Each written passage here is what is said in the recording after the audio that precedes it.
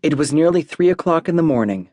The gas lamps threw a crisscrossing maze of shadows on the sidewalk.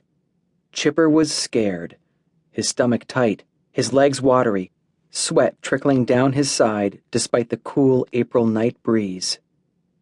Pinch's plan was no good. Pinch's plans were never any good.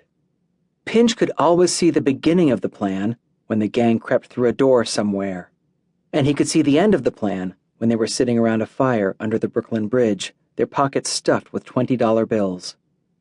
Pinch could never see the middle of the plan, where the thing got done. As a result, something always went wrong with the middle of the plan. Rivington Street was quiet this time of night, but even so, in New York City there were always likely to be people around.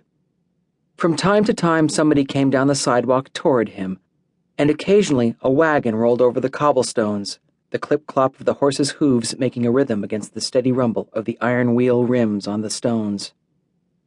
A light stink of garbage from the gutters hung in the night air.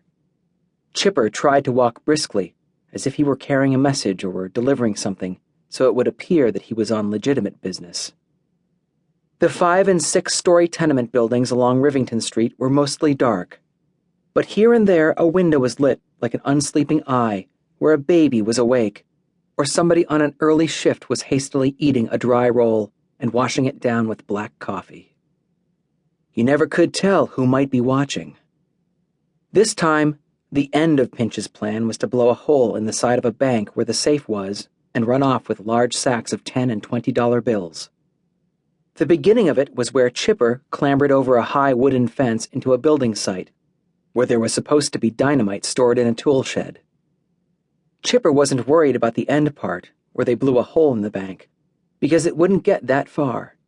And he wasn't worried about the beginning, where he clambered over the fence, for he was a good clamberer, and had done things like that plenty of times before.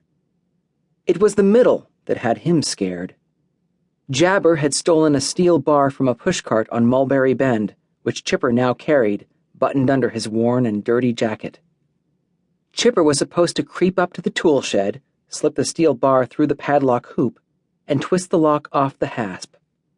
Then he was to grab up an armload of dynamite, toss it over the high wooden fence, and clamber out after it.